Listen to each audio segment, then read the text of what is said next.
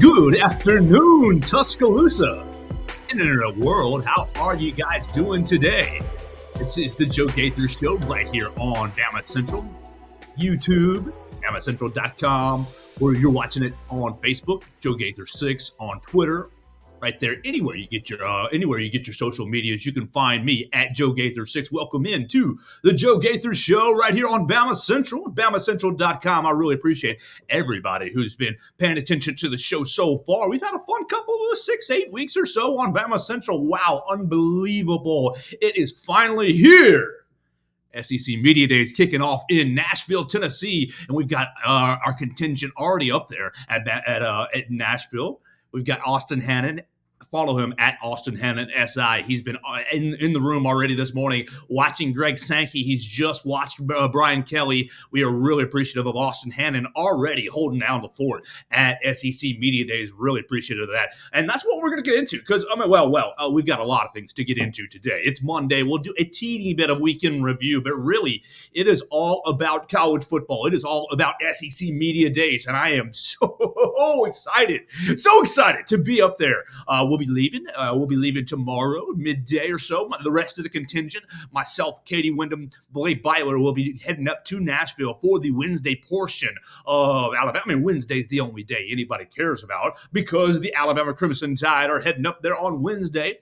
All right, sure, Georgia shows up there and LSU just had their moment. But for me, for you, Alabama Day is on Wednesday, and that's going to be our main focus here on BamaCentral.com. Cannot wait to be up there a little behind the curtains for yourself. I've never been to SEC Media Days. I've been in the media a couple of years now and mostly held down the fort from home base, sending out some of my other partners and colleagues from my previous stops, and they did a great job. So I'm really looking forward to experiencing my first SEC Media Days up there in Nashville. And so let's get into it. Let's get into the weekend. You can follow us again right there on YouTube, on Facebook, on Twitter at Joe Gaither 6. You can follow us at BamaCentral at BamaCentral.com. You can watch us right there, and you can listen on playback if you want to do it on Podcast Center with Spotify, Apple Podcasts, and Amazon. Really anywhere where you're going to get your podcast, you can get us right there. The Joe Gaither Show on BamaCentral. Oh yeah, yes, David, my man, I'm so excited. Thank you so much for tuning in,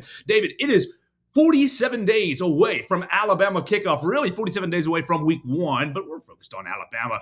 What's 7 days minus that? 40 days until Vanderbilt kicks off against Hawaii in Nashville. And so we're right around the corner. Everything is downhill from here. And so what are we going to do on the program today? We're going to talk about Greg Sankey and all his comments. He spent about 30, 40, 45 minutes up on the podium in Nashville.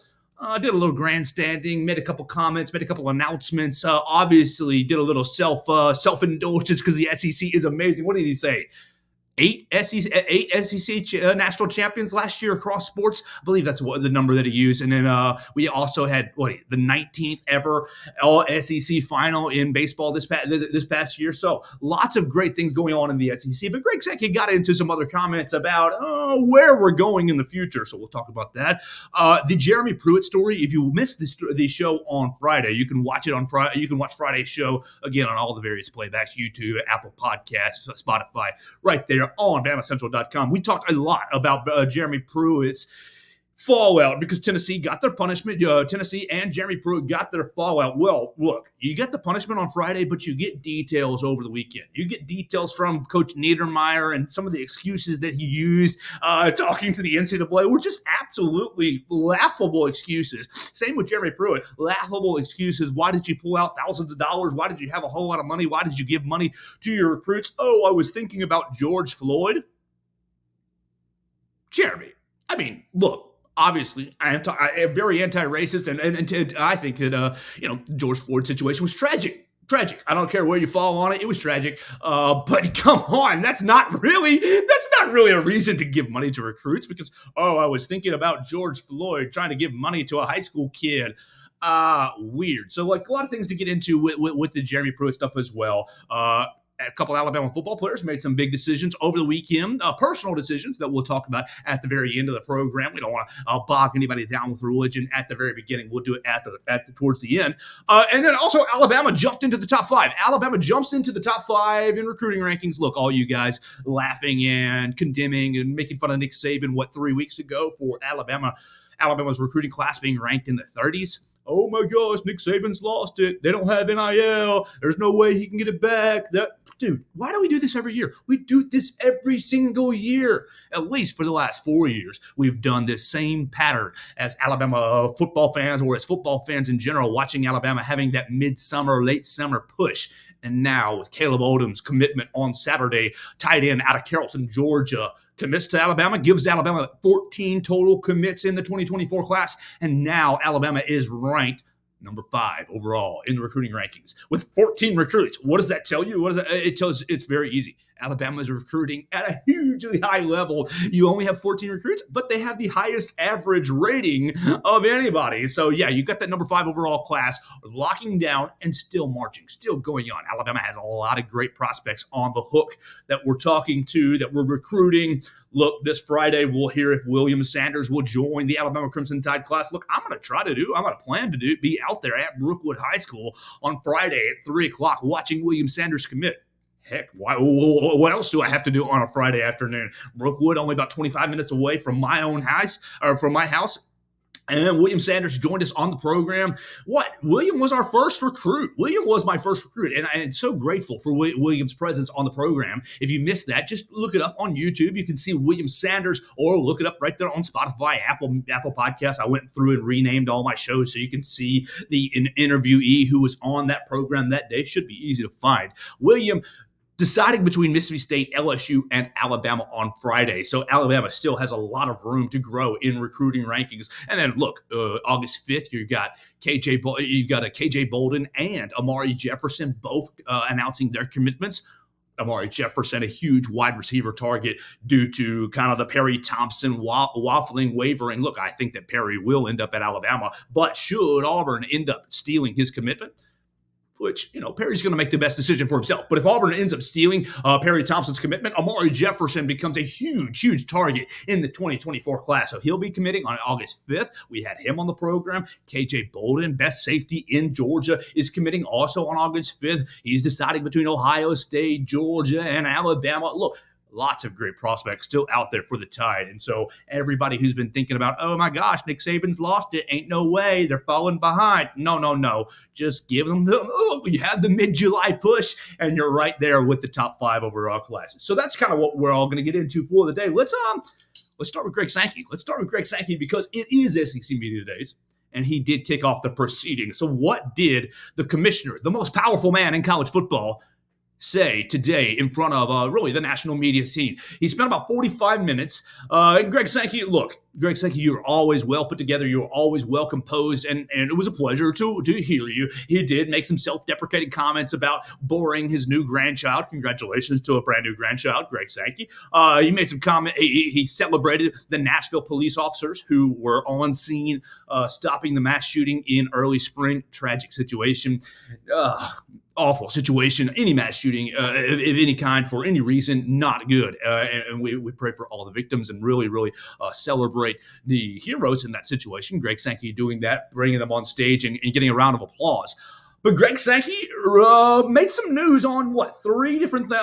I feel like he made a couple of pieces of news during his speech. First off, really, this is news that pertaining for me and my colleagues. Next year's SEC Media Days will be in Nashville.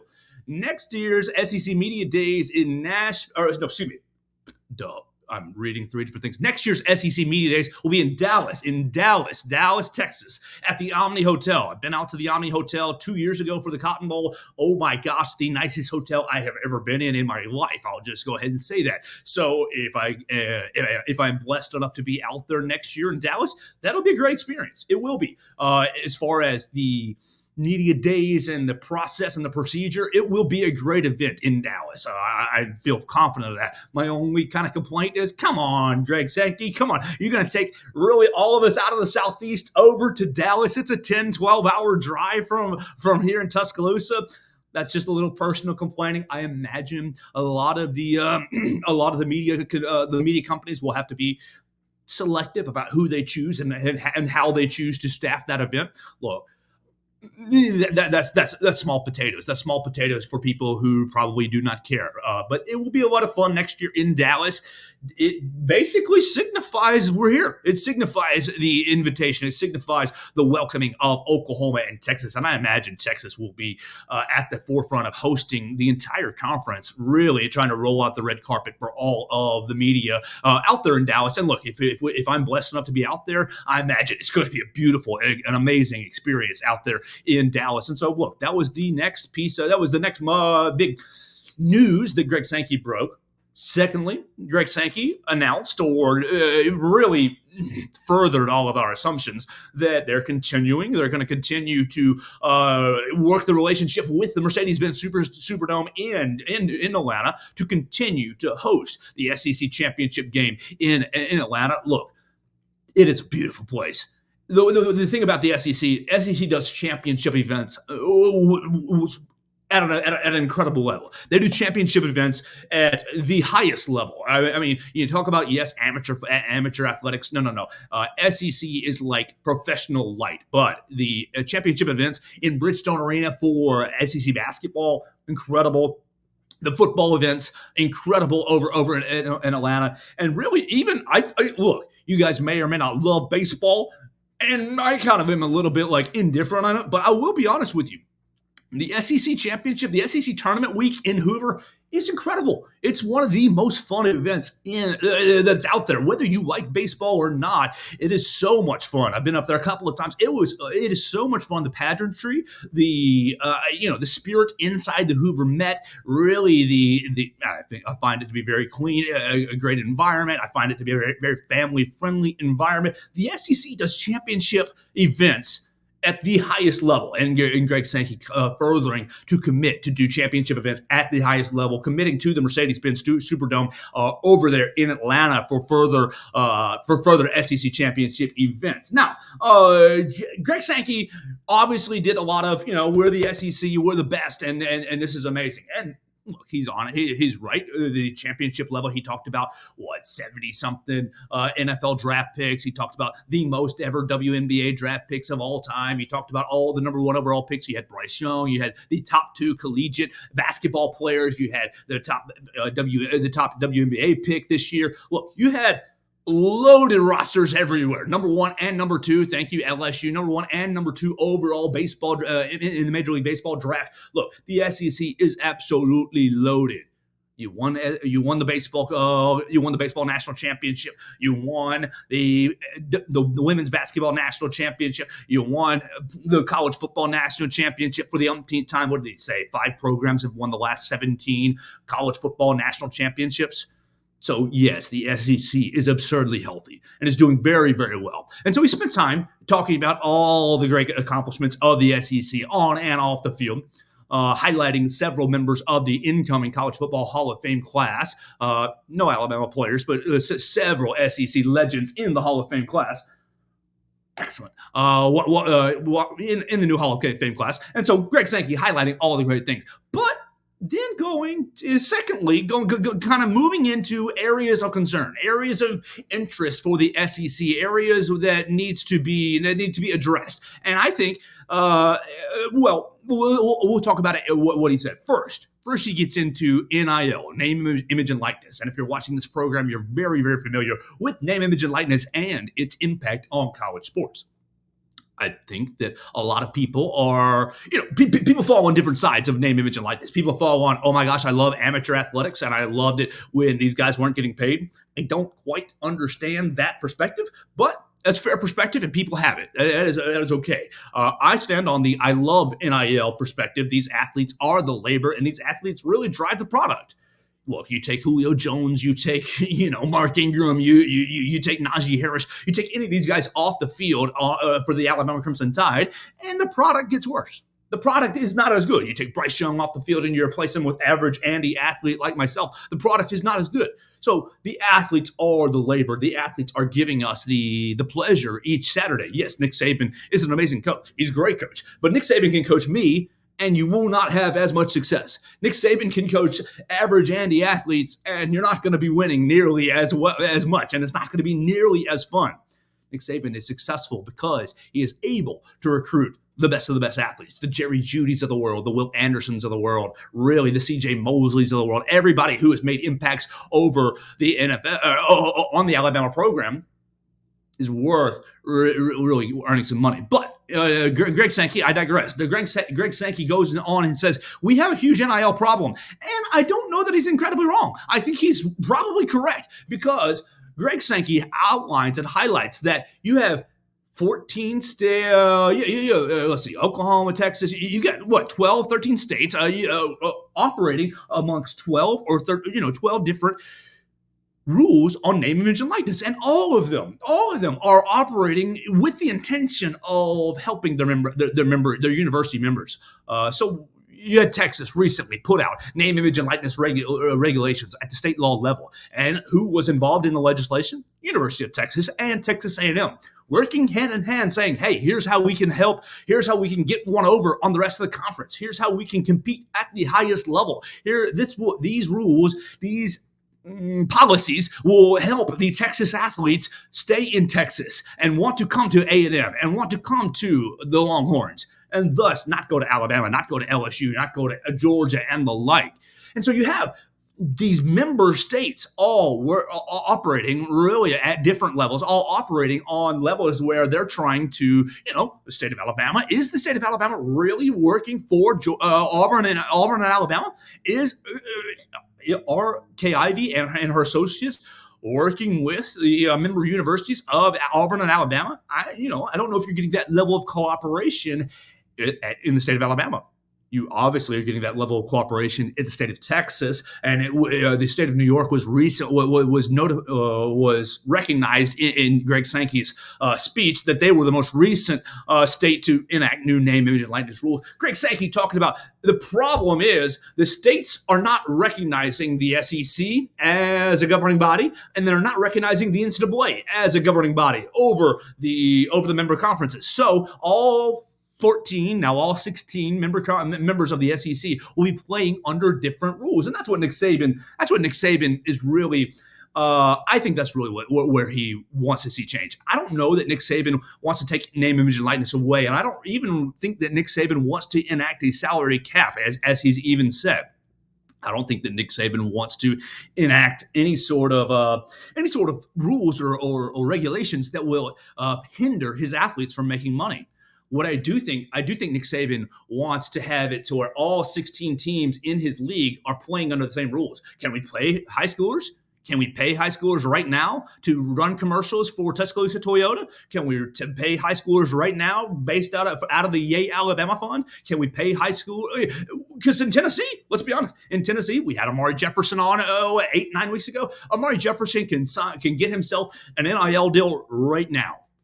Boo Carter, big time recruit in Tennessee, became the first high school athlete in Tennessee to sign a name, image, and likeness deal out of McMinn County High School. And then obviously, and now Boo Carter is committed to the University of Tennessee. He's going to be a good little wide receiver, great kid. But did Boo Carter, in a name that not everybody knows, is Boo Carter taking advantage of rules that, if he had been in Georgia, in Alabama, in Kentucky, he wasn't able to take advantage of them? That's the problem. You have 14, 15, how many states are in the SEC? Probably 12 off the top of my head. I'm not doing math off the top of my head. I know Mississippi has 2, Texas has 2, Auburn has 2, Alabama has 2, Tennessee has 2 schools. So you're probably operating off 12 member states, I believe. 12 member states for the SEC. And Greg Sankey wants the universities to all follow their own rules. Look, Greg Sankey talked about how he thought that the SEC is big enough to make its own and be in agreement on its own name, image, and likeness rules. The problem is you're getting pushback from the states, you're getting pushback from the universities, and I think, honestly, your universities are all publicly saying, let's get something unified. Let's get something that works for everyone. But I think behind closed doors, Brian Kelly is going to the Louisiana state legislator, and no disrespect to Nick Saban and Hugh Freeze. I think Nick Saban and Hugh Freeze are working with the Alabama legislature. I am confident that Kirby Smart has got his representatives working in Georgia. These member universities are working with their state legislations to work the system in their favors. Look, you all play fantasy football, and if you don't, you know about it. I play fantasy football with my buddies, and whenever a new rule comes up, we get divided 10 different ways because all 10 of us, even though we say, oh, we want the best thing for our league, and we do. We all say that every single time in public. I want the best thing for our league. I want us to be healthy. I want us to compete together for the next 10 years. And yes, this is the tiny, stupid game of fantasy football. But when it comes time to voting, and really enacting those rules, you see, or I see in my own tiny, meaningless league, 10 different opinions go 10 different ways, all voting for their own interests. And that's just what it is, because all 10 of us want to win. All 10 of us want to have we want to win the $100 at the end of the rainbow. It's not big money. We're not playing for big money, but we're all hyper competitive. So think about it on the grand scale of millions and billions of dollars. Think about it on the grand scale of national television and national relevance. No one knows who wins my fantasy football league because there's none of us that are popular. But everyone knows who wins the SEC. Everyone sees the SEC compete. Everyone sees the superstars that play in the SEC. And so, of course, they're all working. They're all trying. They're all motivated by competitive edge.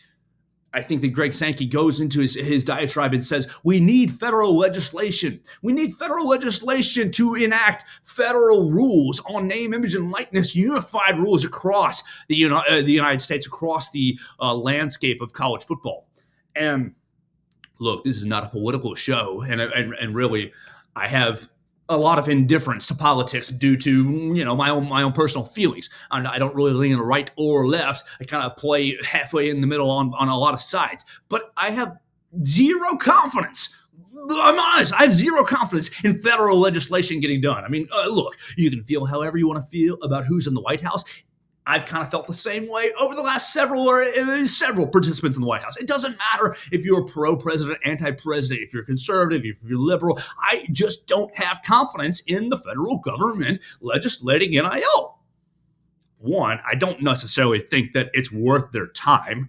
Come on, our healthcare needs to be readdressed. Infrastructure needs to be addressed. Real problems in the country, real problems that affect real people. And yes, we all watch college football on Saturdays. And so, yes, wins and losses make us feel some kind of way. But come on, I'm talking real problems. We don't need to be wasting the government's time with football rules. Come on, can we not work together? Can we not figure out, hey, you know what, SEC, all our states may be saying different rules. All our states may be under different, laws and legislations, but we all are playing, high-level college football. We're all playing in the SEC. Can we not all, bunk the state's rules and agree to some sort of legislations together? These are the bylaws of the SEC. These are our name, image, and likeness rules, and these name, image, and likeness rules will go for all 12 states, all 16 member schools. That's what I would be pushing for. That's what I would be pushing for, because I have no confidence in federal government. I mean, like I said, you can feel whatever way you want to about the federal government and about its effectiveness. But come on, we really should not be, in my opinion, wasting the federal government's time worrying about college football rules. Come on, it made me think about when I was a child, the Balco scandal in Major League Baseball. You had the several Major League Baseball players. You had Rafael Palmeiro, you had Sammy Sosa, you had Mark McGwire, everybody up in Washington testifying about whether they took steroids or not. Look, don't waste their time. It's not that. It's the federal government has way higher, bigger priorities, bigger fish to fry. Can we fix our budgets? Can we fix our roads? Can we work on our health care? Like, they're real things that affect real people, not college football rules and whether high schoolers are getting paid and who's in charge. Now, look, Greg Sankey said several different things that he wants to see happen in name, image, and likeness. And I think that several of them are positive steps. First, he said he wants to see a national registry of agents. That's absolutely a positive step. Absolutely a wonderful step. And why? Look, we had Joseph Ionata on last week, and Joseph Ionata, great guy, great guest, and you can watch the Thursday program if you want to listen to that Alabama football commit from Thursday. But Joseph Ionata said, me and my agent, And I should have prided him on it. I should have prided on it a little bit about the agent because he talked about working on a Head and Shoulders deal. He had lovely hair. And he talked about a Publix deal as well. Hope he gets that pub sub. But he said, me and my agent have talked about it.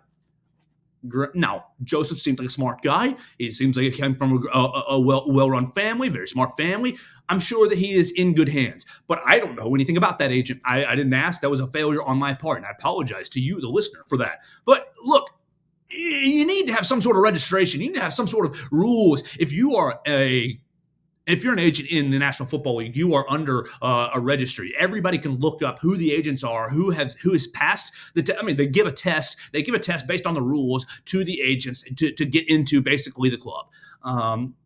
And I think that's a good thing. I think that prevents just random Joe Schmo. And, hey, man, I represent Will Anderson, and Will Anderson will be representing your Mercedes dealership. All you got to do is give me $100,000. I'll give him $98,000. Of course, I'll take my 2%. Dude. The registry, I do find to be very, very important. I do think that you have to be on the up and up if you're going to be representing the high schoolers, if you're going to be representing the athletes in college, if you're going to be representing the athletes going forward. Look, I think that you have seen a lot of professional agents taking steps to represent colleges as well. So you have real representation out there, but you also have Jimmy whoever and Johnny whoever representing, high school player X. This is my nephew. He wants to do an NIL deal. Look, that's not as good. That's not fun. That's not as safe. And I do think that really the best interest should be protecting the athletes at hand, protecting the players at hand. So the National Registry, registering agents who can broker deals, getting it on the up and up, I think is a very strong move. Greg Sankey, I absolutely support that. Look, if I wanted to become a college football agent and say, look, I'm representing, Tyler Buckner, I'm representing Justice Haynes, people should know who I am. Honestly, people should know that's Joe Gaither. He's representing this client. He's a legit person, not some shady dealer, backroom dealer that Justice Haynes is going to show up and sign 1,500 autographs. No, you should have a real business person, a real person with experience, with connections, with a reputation, a positive reputation of representing the athlete. So I definitely agree that Greg Sankey's desire for national registry for the agents is a positive step, 100%. I think that's a positive step. Now, Greg Sankey also talked about registering the deals, getting some sort of, you get Will Anderson signs with Tuscaloosa Toyota, then it gets him, there becomes paperwork, there becomes guidelines, there becomes structure. Well, Will Anderson gets $30,000, and in exchange, he does 4 commercials. And it's written all out there. It's defined. Everything is protected. And that way, you have, business protections. You have player protections. The player ends up transferring, and you don't get the money, and you have outs in the contract. Basically just protections for the athletes, I do agree, is a positive step. So I would love to see Greg Sankey further his cause to have unified rules. I just question or wonder if the federal policy is the right way. Now, Greg, Commissioner Sankey outlines the difficulties because these states are really working kind of counterintuitively with the with the SEC and with the NCAA because these states are working for their member organizations. Texas is working for the Longhorns. Texas is working for the Aggies. Texas is working for Texas Tech and for Baylor and for all these for TCU. They want all the best athletes in their own state. Come on, that's just the way it works. You want the best athletes in your own state. You want all your teams to be successful because it makes the most money for your state. If Alabama and Auburn are the best 2 teams in college football, the stadiums are full, the attentions are on the state, the merchandise goes up, and the state goes way up. So the states are working counterintuitively with the SEC and the NCAA, and I do think that is a problem. I think that's a major problem. I just don't know that you're going to get real cooperation at the federal level, and I don't know that it's really worth the federal government's time. All right, so the last thing that Greg Sankey got into that I found interesting, and I really appreciate everybody hanging out through this diatribe. We're almost 30 minutes through the program, only on our first subject, and I really appreciate everybody watching us on YouTube, on Facebook, and on Twitter, and you can tell a friend about the program, The Joe Gaither Show on BamaCentral. Look, Greg Sankey talked about gambling. And he said Alabama without saying Alabama. It was kind of felt like a shot. I'm watching from my living room, and I got a little bit, cringe. He said, we had an incident this year about it with a team affecting the competitive edge, the competitive balance. Obviously referring to Brad Bohannon giving insider information to a gambler in Cincinnati. Oh, gosh, we talked about that story, 2 weeks ago when Pat Forty announced a lot of the details. A fella, Eugene Neff, tried to gamble $100,000 on a baseball game. Eugene, could you be any more obvious, you dummy? Could you be any more, cavalier with your comments? Oh, I have insider information on the game. You have to take this bet. I do think the gambling, is a problem going forward in college athletics. I definitely do. And this comes from a guy who likes gambling. Look, I do not wager much because I hate losing money. I despise it. I despise losing $1. So when I wager, it's, hey, I can spend $10 on a game and maybe I'll get 20 in return. Look, wagering is fun. It is. And following the lines is fun. But I do think that you have a huge problem on the horizon if you cannot get legislation, if you cannot get really cooperation, if you cannot really get it under control. Greg Sankey talking about states' transparency. It's interesting. On one hand, he calls for federal legislation and federal help. And on another hand, he calls for states' help and states' legislation. Obviously, the gambling, sports betting is usually legislated at a state level.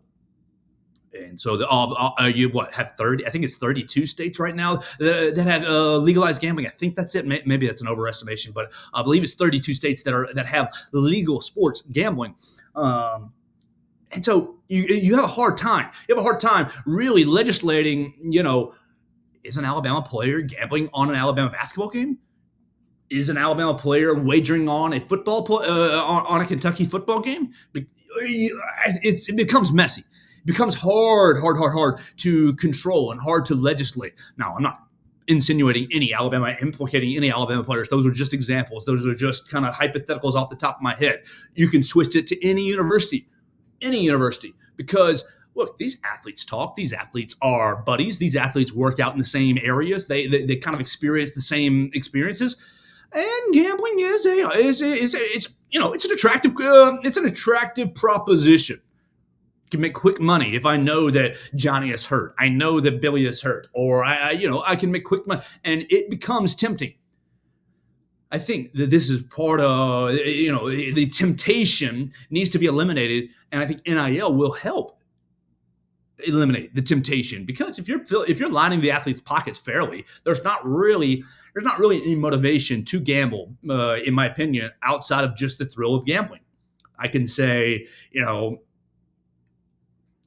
Michael Jordan loved the thrill of gambling. He didn't do it for the financial gain. I think he did it for the competitive edge. And so that's one issue to deal with. I think if the NIL is lining these players' pockets, you will see a reduction in the gambling issue. I think what you've got right now is players and athletes and coaches and really anyone involved in athletics seeing a lane, seeing an avenue of, hey, I can make some money over there. I'm not getting fairly compensated in this way, so I've got to make up for it in that way. And that's probably where you see some of the gambling temptation coming into play. And it does concern me. It absolutely concerns me. Greg Sankey outlines and talked about really his main point was kind of the gambling reaction, the loser's lament, going on social media and talking to the athletes. Hey, you bum, you stink, you cost me $100,000, you cost me $5,000, whatever the case may be. Going and following officials. That call cost me $100,000. That call cost me $3,000. Whatever.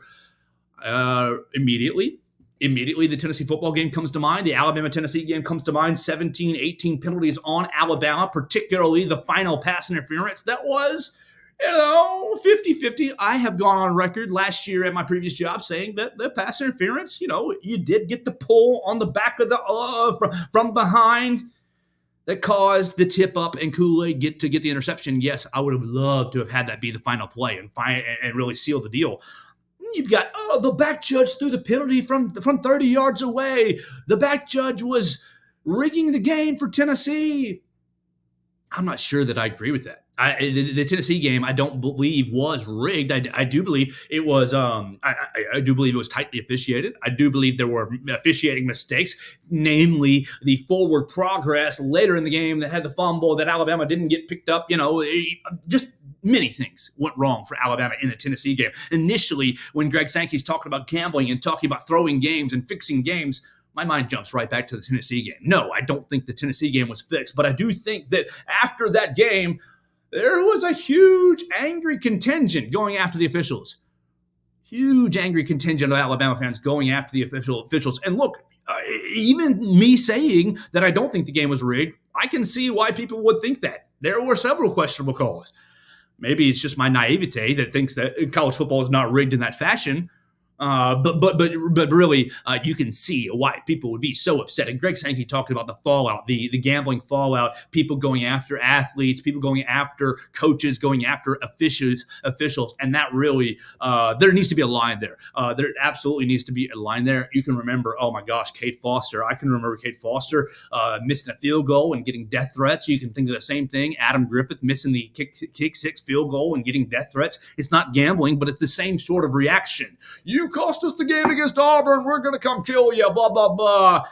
Come on, guys. If you cannot lose money and handle yourself respectably, then don't gamble. You have no reason to gamble. You have no reason to play the game. Look, if you cannot risk the $10, the $100, the $30,000, whatever the case may be, whatever your money, whatever your unit of gambling is, if you cannot risk that without losing it and losing your mind, maybe you need to reconsider your gambling activities or the way that you spend your money.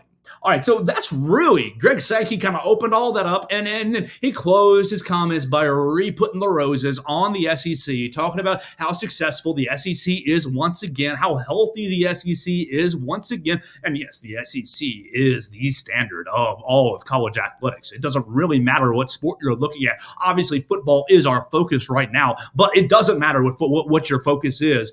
SEC athletics, SEC football, basketball, women's basketball, gymnastics, baseball, softball, really all over the map.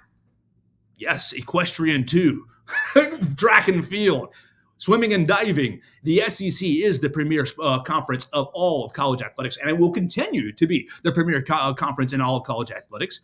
I am very confident of that. And Greg Sankey is he's a wizard. He's a business wizard, and he's a genius. I think people have maybe in the past wondered about Greg Sankey's commitment to the University of Alabama and commitment to, amateurism. But I think Greg Sankey's commitment is to the furtherance of the SEC, the furtherance and really taking the SEC into a place where it's untouchable. And we're getting there with Greg Sankey. The additions of Oklahoma and Texas, golly, I'm sorry, Big Ten, but you can't do it. The content, what you've got in the Big Ten is just not really. I mean, yes, Ohio State, Michigan, great. You're bringing in USC, great. But SEC, one step ahead. David, another great compliment. I appreciate it. Oh, we're just riffing. I've had my coffee this morning. I've got plenty to talk about. I really appreciate your kind comments, David. And it really helps me continue to keep going. Where we're going next is I want to hit on the details that have come out in the Tennessee case. Now, we hit it on Friday. If you missed the Friday program, it's right there on YouTube. It's right there on Spotify, Apple Podcasts, anywhere that you can find the Joe Gaither Show on BamaCentral. We spent about 30 minutes talking about Jeremy Pruitt and what Tennessee kind of did to save themselves $4 million. And I do still contend that Tennessee won this engagement. Tennessee and the NCAA kind of had their little backdoor deals of, we're two big-time organizations. We are not going to let little man Jeremy Pruitt take down the NCAA, take down the University of Tennessee. And that's exactly what they did. They slapped Jeremy Pruitt with a 6-year show cause penalty. They allowed Tennessee to negotiate a lot of their penalties, a lot of their self-imposed bans, their self-imposed scholarship reductions, which, granted, that's part of going forward. What I find absolutely kind of really interesting, really interesting is the state legislature, the attorney general, the state's attorney general getting involved in the investigation, getting involved in the case. The state's attorney general kind of played a background role in the case with the NCAA saying you cannot put a postseason ban on the University of Tennessee. And it's interesting. It's interesting to me that the offender, the party that has been in trouble is legislating or dictating what the punishment will be. You cannot ban us from postseason play. What did the Attorney General say? The Tennessee Attorney General, who is not affiliated with the University of University of Tennessee, works for the state of Tennessee. He says you cannot impose a bowl ban, a postseason bowl ban on the University of Tennessee's football program. It's unconstitutional and would violate the state's rules and state's laws on name, image, and likeness because you would limit the athlete's exposure to postseason play. What? How absurd. And this goes back to the very beginning of the conversation with Greg Sankey talking about states working in NIL and legislating laws that circumvent the NCAA, that circumvent the SEC, that circumvent rules and punishments. So what? The NCAA says, okay, we can't put a postseason bowl ban because your state law says that it would violate name, image, and likeness and prevent the athletes getting exposure in the Music City Bowl, in the Orange Bowl, in the college football playoff. So essentially, the University of Tennessee Knoxville worked with their state government and worked with the NCAA to work out a punishment that not only took a big old dump on Jeremy Pruitt and a lot of his assistant coaches, Michael Nicewinder, Brian Niedermeyer, and Derek Ansley specifically, but they also avoided the postseason bowl ban because they said, oh, it's against our state law. So Kay Ivey, I'm sorry, Miss Kay Ivey, we got to get you on this. We have to get a state law that, works for the University of Alabama and Auburn University and UAB and South Alabama and Troy and the like, and say, hey, you cannot suspend any of our programs from postseason bowl bans. What a wild, and so the state's law now supersedes the NCAA's rule of. So what is the NCAA for? What are they for? They're for nothing. They stand for nothing. I got a buddy who is a big Tennessee fan who talked about, Tennessee cooperated with the NCAA, got themselves off. I said, buddy, if you had taken the LSU route, you remember Will Wade and Ed Orgeron, 3-4 years ago. If you had taken the LSU route, Will Wade said, hell no, I'm not talking to you, NCAA. No, you got to come prove it. He said, hell no, we're not talking to you. I'm not cooperating with the university. I am coaching my program. And yes, Will Wade did get himself fired 2 seasons later, but it bought him 2 extra seasons. And what's his punishment now at Morehead, at the small school that he's at in Louisiana? I think it's Morehead State. It's like a 6-game punishment. He got slapped with like a 6-game punishment because he basically gave the middle finger to the NCAA and said, hey, come prove it. Tennessee instead bent over, opened all their books and said, hey, here's all the evidence. Can you help us not pay Jeremy Pruitt $12 million? And the NCAA said, well, if you give us 8, that'll save you 4 and we'll make this all go away. It's unbelievable. Now, Jeremy Pruitt, some of his excuses.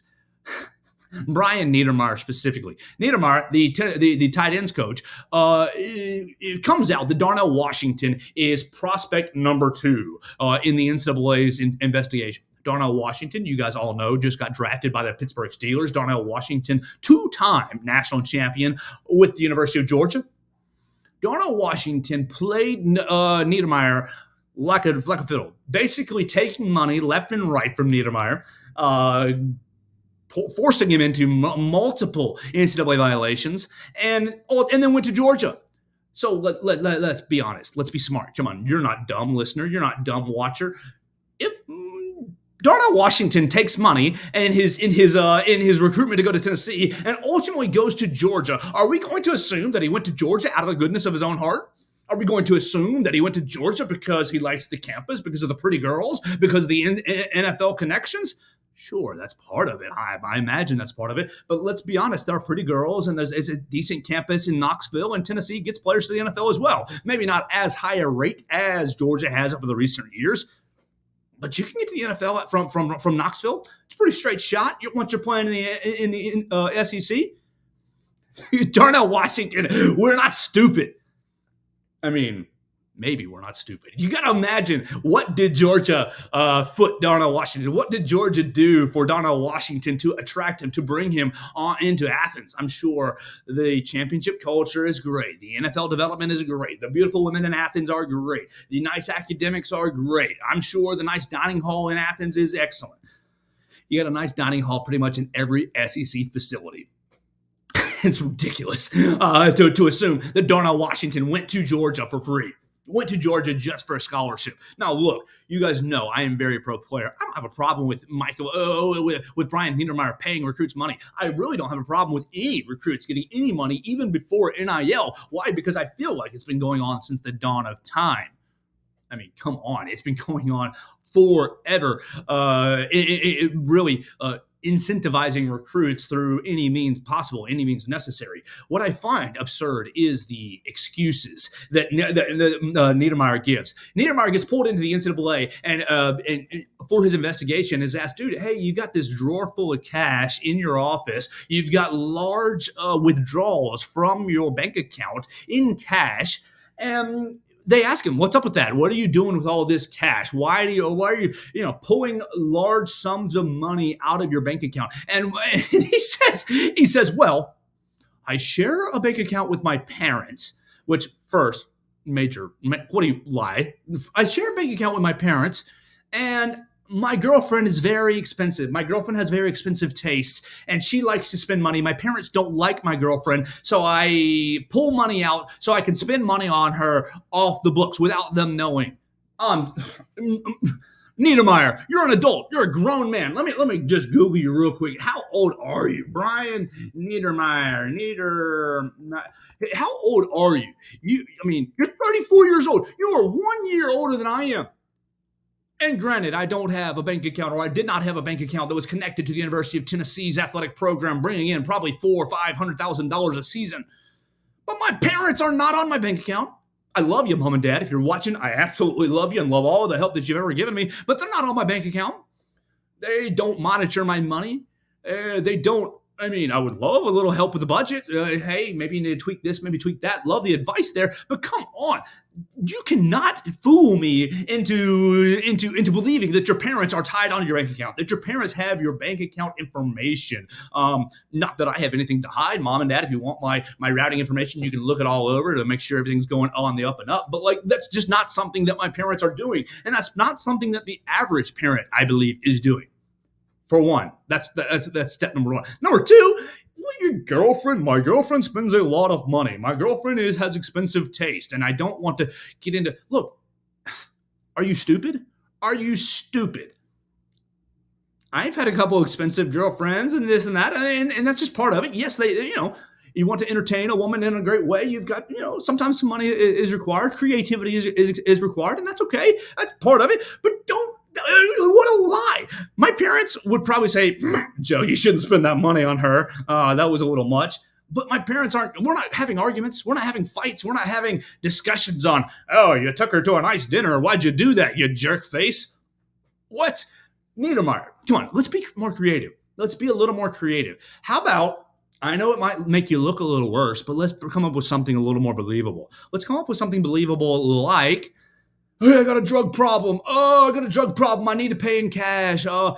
Because let's be honest, drug dealers don't take credit. They don't take swipe cards. They take cash. Come up with something believable. Or I got a gambling problem. My bookies cash. Let's come up with something believable. What is this? You're spending $30,000 on my girlfriend, and I want to keep it off the books. Come up with something believable. You had months and months going into the NCAA investigation. Yes, it makes you look worse to say, oh, I have a drug problem. And you might have gone into a little rehab and gone away. But the excuse is absolutely stupid. The excuse is beyond stupid. Come on. You're trying to get away with something? Are you trying to get away with something? Or are you just being as dumb as possible? I find a lot of the details coming out of the Tennessee case to be just laughable.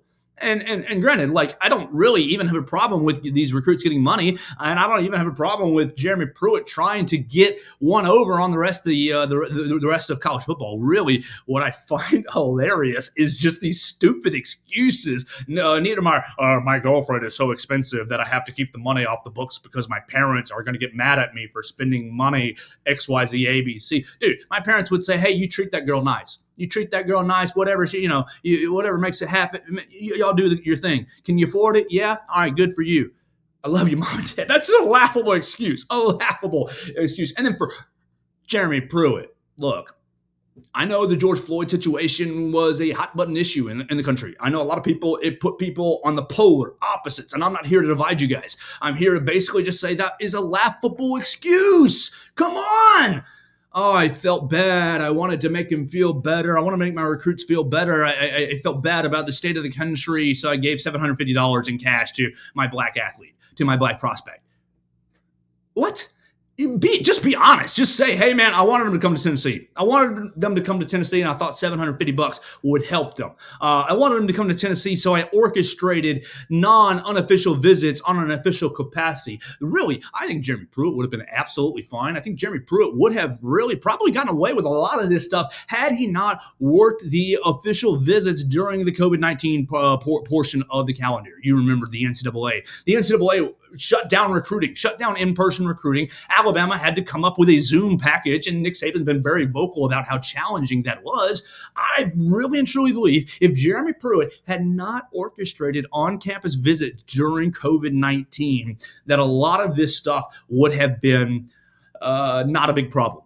When you orchestrate visits during COVID-19, when the rest of college football is adhering to rules, even if they don't agree with them, I can promise you, many college coaches probably did not want to take COVID-19 very seriously. And that is there. That's either here nor there. But what did happen was the colleges did shut down. Even if the coach thought COVID-19 is no big deal, people thought it was no big deal. A lot of people thought it was a huge deal. That's up to you guys to decide. But what did happen was college football did shut down. College football shut down official visits, shut down camps. Alabama was not able to host recruits in for camps. We've talked to some of our prospects already about how fun and how intense and how much Nick Saban sees and gleans out of those camps. I think when Jeremy Pruitt circumvented the rest of college football by hosting official visits during COVID-19, I think that he drew the attention and drew the ire and drew the side eye from the rest of college football. Like, hey, man, we're adhering to these rules. You need to as well. And I think that's why he got hammered so hard. All right, 2 more topics for the day, and then we'll roll into tomorrow.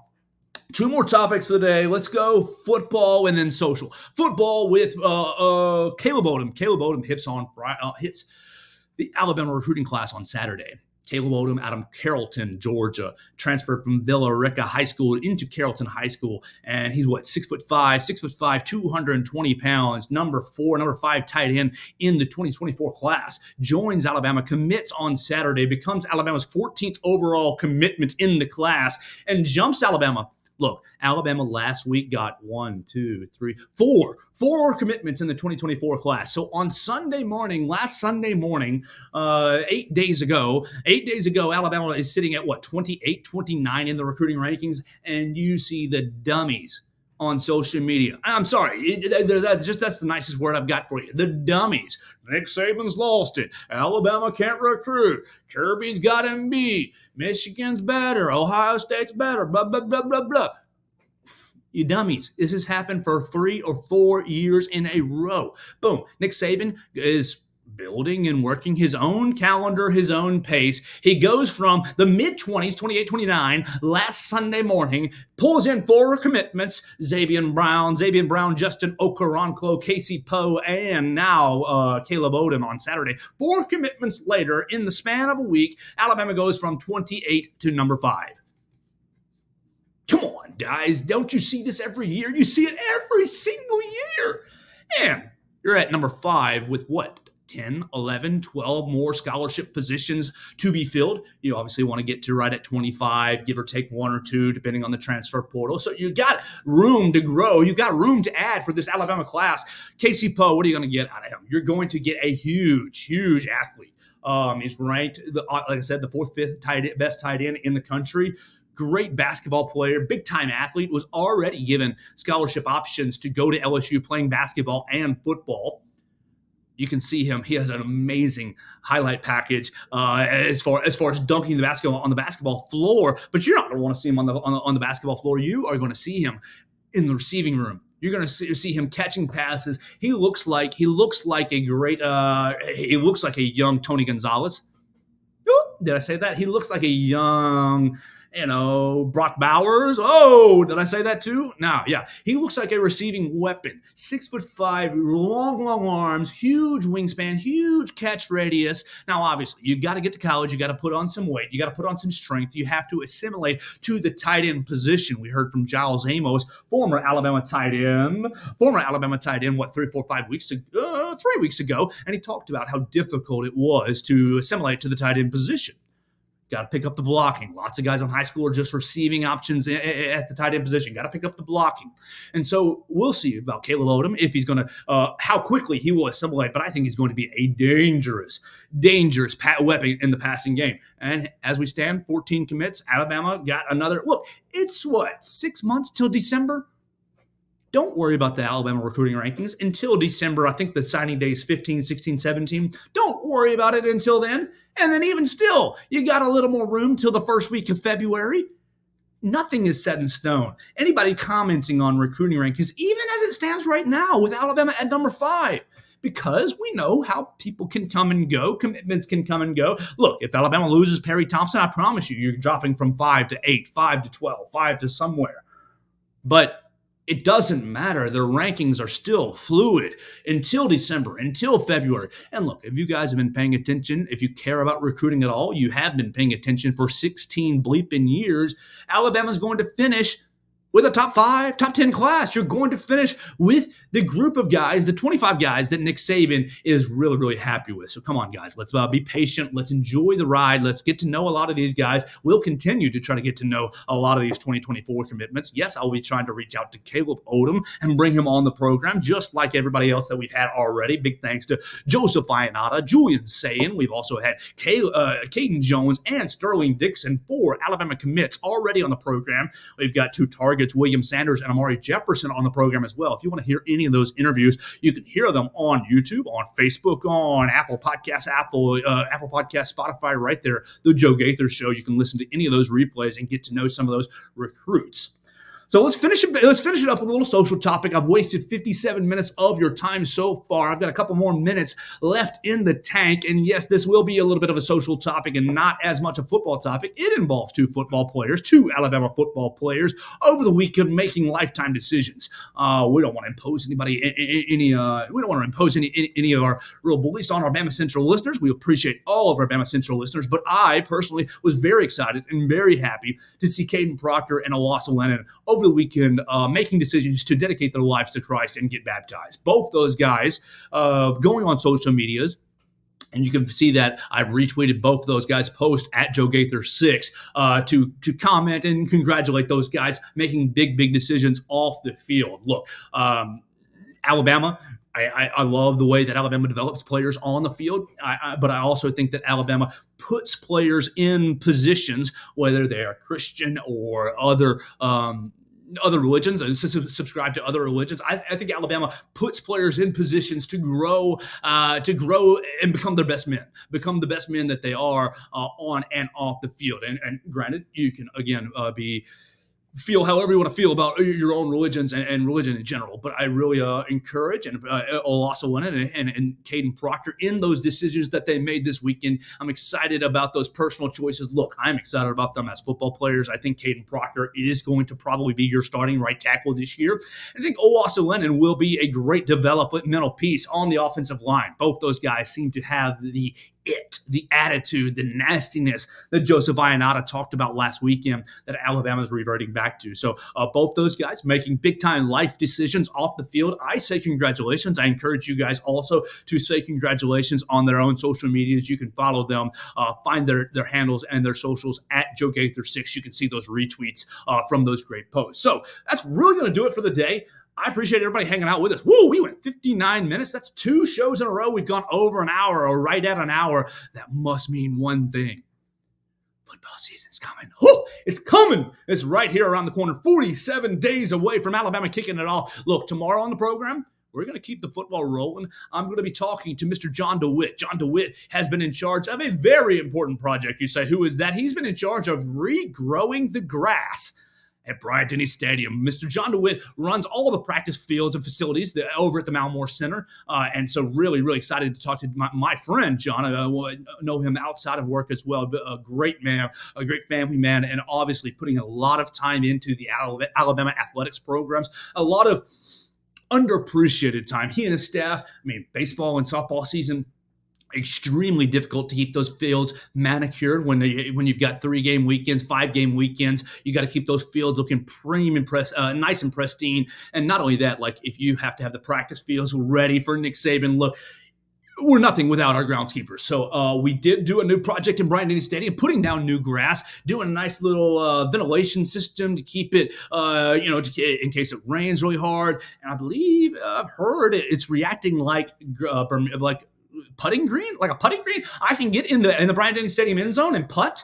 I'm really excited to talk to John DeWitt tomorrow about that project. Obviously, huge deal. Some things that go on behind the scenes at Bryant-Denny Stadium to make football season work for you, to make football season work for Nick Saban. So we'll talk to John DeWitt on the program tomorrow about that entire project that he and his team have undertaken this year, and making sure that we're ready for that kickoff 47 days away. MTSU coming to town. We want to make sure that the field looks nice and ready. Might slip in a Super Bowl question or two. Obviously, the field got a lot of attention during the Super Bowl. We'll talk to him really just about football, about grass, and about all kinds of things going on in Bryant-Denny Stadium tomorrow. So look, follow Austin Hannon. Austin is up there at Nashville right now. He is in the room watching Brian Kelly. It's Texas A&M Day, it's LSU Day, and it's Missouri Day. So Brian Kelly's already been up. He's already highlighted his SEC Western champions. Yeah, Brian Kelly came in and won the West in his first year, trying to defend the West in its final year. So Brian Kelly's already been at the podium. Austin Hannon's covering it for BamaCentral at Austin Hannon SI, BamaCentral.com. We're going to get Jimbo Fisher and we're going to get Eli Drinkwitz up there as well. Look, Alabama Day is going to be on Wednesday. Tomorrow is going to be a travel day for myself. We will be doing the program. I'm going to do it early and put it up at its normal time at 1 o'clock Central Time. So look, I appreciate everybody jumping in on the program. David, your comments are always appreciated. If you're still watching, love you so much for commenting. Anybody who wants to comment on the show, make fun of the host or the content, you can do it on Facebook, on Twitter, right there at Joe Gaither 6. You can find me. I'll accept pretty much anybody's friend request at this moment because we're trying to grow the show and grow the audience. We love you guys very much. I love Chris Walsh and BamaCentral for putting me on each and every day. Follow him at Writing Walsh. Follow us at BamaCentral.com. We'll be up in Nashville for Wednesday. It's going to be a blast. It's going to be such a fun week. I'm really planning. I cannot wait. I think I'm going to get a little bit of time with Kool-Aid, a little bit of time with JC, a little bit of time with Dallas Turner as well. So it's going to be a huge week. I am over the moon, ecstatic, ready for all of it to unfold. And I hope you guys will join me right here on BamaCentral.com. One more time, follow us at BamaCentral.com. Joe Gaither Show on BamaCentral at Spotify, Apple Podcasts, Amazon, YouTube, Facebook, and Twitter. For Joe Gaither, that's me, you the listener. Have a great Monday. I hope you're all having a wonderful day. Stay safe. We'll talk to you tomorrow. Roll Tide from BamaCentral.com.